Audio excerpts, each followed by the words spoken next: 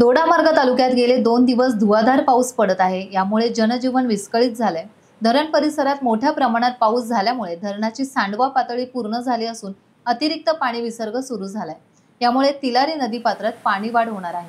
तिलारी धरण परिसरात पाऊस वाढला तर विसर्गामध्ये वाढ होणार असल्यामुळे तिलारी नदीकाठच्या गावांना तसेच पेडणे डिसोली तालुक्यातील नदीकाठच्या गावांना सावधानतेचा इशारा जलसंपदा विभाग सिंधुदुर्ग तसेच गोवा यांच्या वतीने देण्यात आलाय।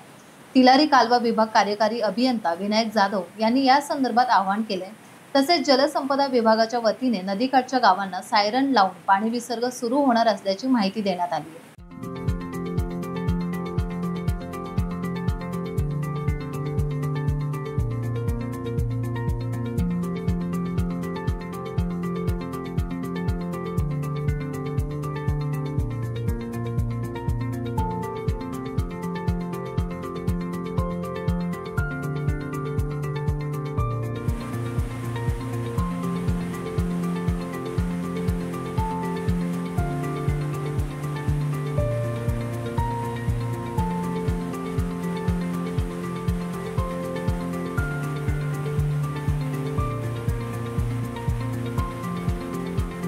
टाइम्स डिजिटलला लाईक करा, सबस्क्राइब करा, शेअर करा आणि बेल आयकॉन दाबायला विसरू नका। पाहत रहा टाइम्स डिजिटल।